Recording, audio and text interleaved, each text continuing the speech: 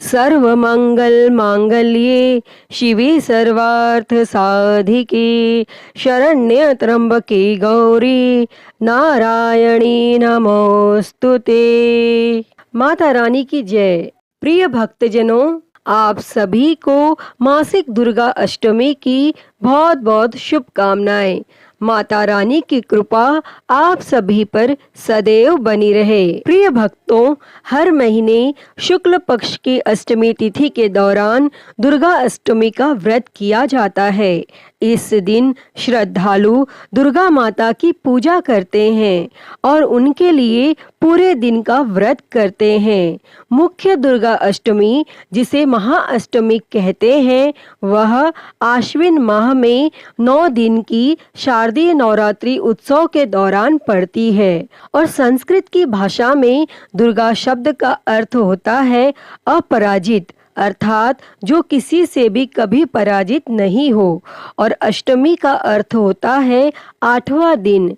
इस अष्टमी के दौरान महिषासुर नामक राक्षस पर देवी दुर्गा ने जीत हासिल की थी और इस दिन देवी ने अपने भयानक और रौद्र रूप को धारण किया था। इसीलिए इस दिन को देवी भद्रकाली के रूप में भी मनाया जाता है।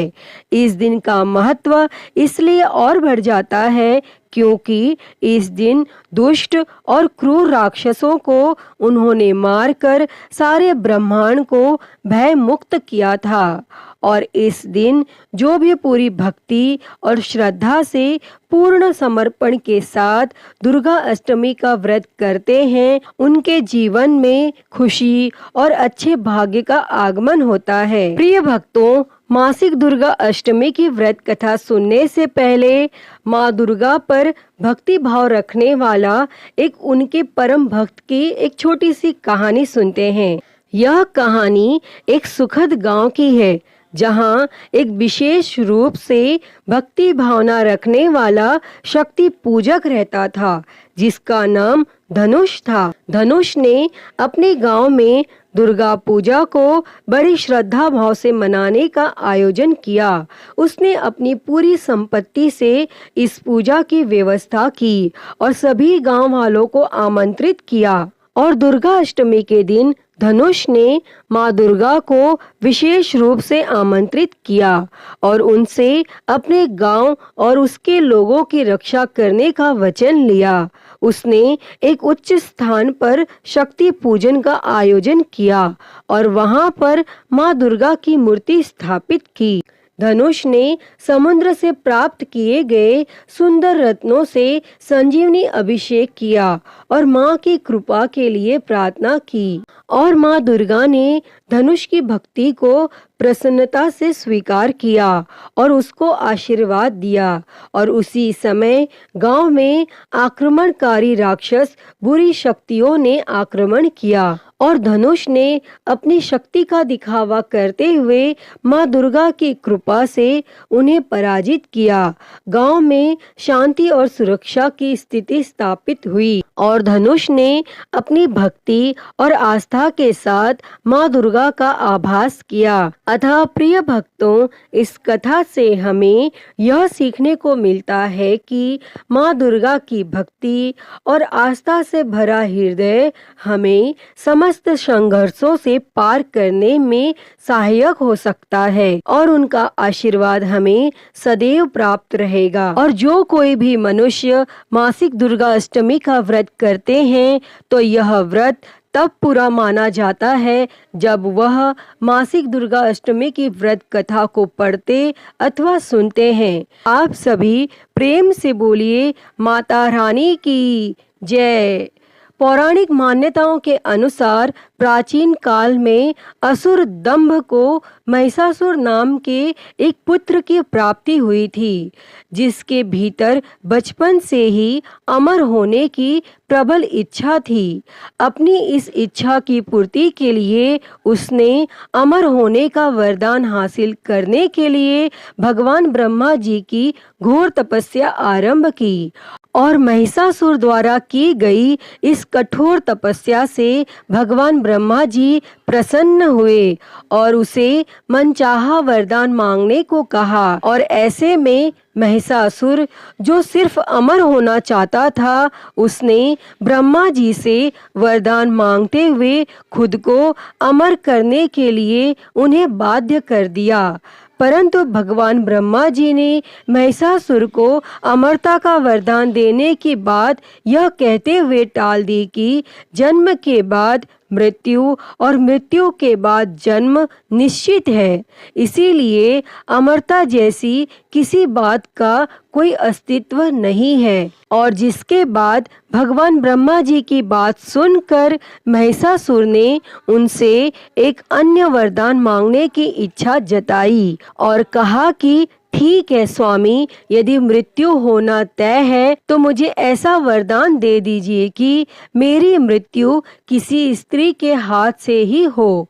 इसके अलावा अन्य कोई दैत्य, मानव या देवता कोई भी मेरा वध ना कर पाए। और फिर उसके बाद ब्रह्मा जी ने महिषासुर को दूसरा वरदान दे दिया और भगवान ब्रह्मा जी द्वारा वरदान प्राप्त करते ही महिषासुर अहंकार से अंधा हो गया और इसके साथ ही बढ़ गया उसका अन्याय।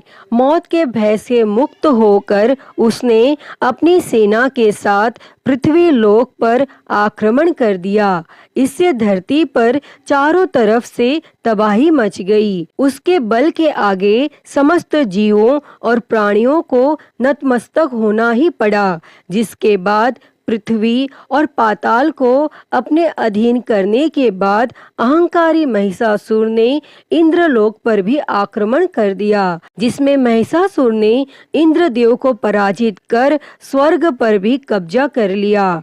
और महिषासुर से परेशान होकर सभी देवी देवता त्रिदेवों अर्थात भगवान महादेव, भगवान ब्रह्मा और भगवान विष्णु के पास सहायता मांगने पहुँचे। इस पर भगवान विष्णु जी ने उसके अंत के लिए देवी शक्ति के निर्माण की सलाह दी, जिसके बाद सभी देवताओं ने मिलकर देवी शक्ति को सहायता के लिए पुकारा।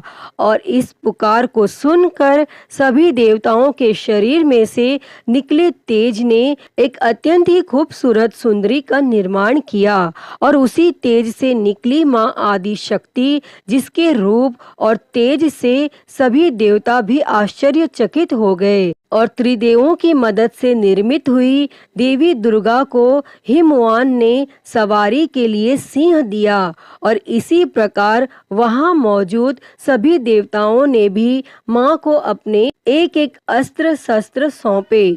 और इस तरह स्वर्ग में देवी दुर्गा को इस समस्या हेतु तैयार किया गया।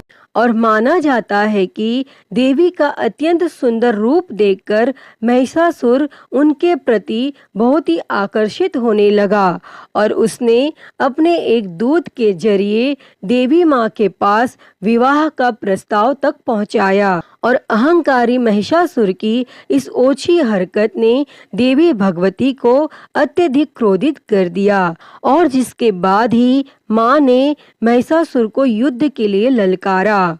और माँ दुर्गा से युद्ध की ललकार सुनकर भगवान ब्रह्मा जी से मिले वरदान के अहंकार में अंधे हो चुके महिषासुर उनसे युद्ध करने के लिए तैयार भी हो गया। और इस युद्ध में एक एक करके महिषासुर की संपूर्ण सेना का माँ दुर्गा ने सर्वनाश कर दिया।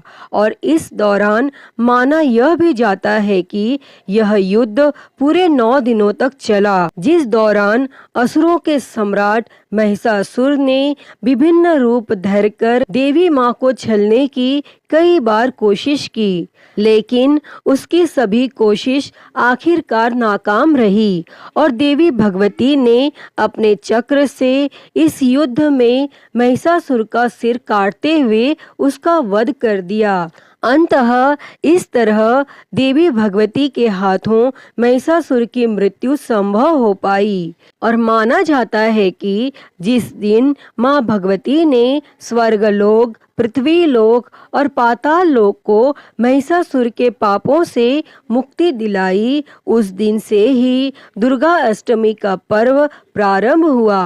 अतः हे देवी माँ, इस कथा को कहते, सुनते और हुंकारा भरते पर सदैव अपनी कृपा बनाए रखना। तो बोलिए दुर्गा माता की जय, माँ भगवती की जय। तो मैं उम्मीद करती हूँ कि आपको आज की यह कथा पसंद आई होगी, और यह कथा अच्छी लगी हो तो इस वीडियो को लाइक करें, ज़्यादा से ज़्यादा शेयर करें और कमेंट में दुर्गा मैया की जय लिखना ना भूलें।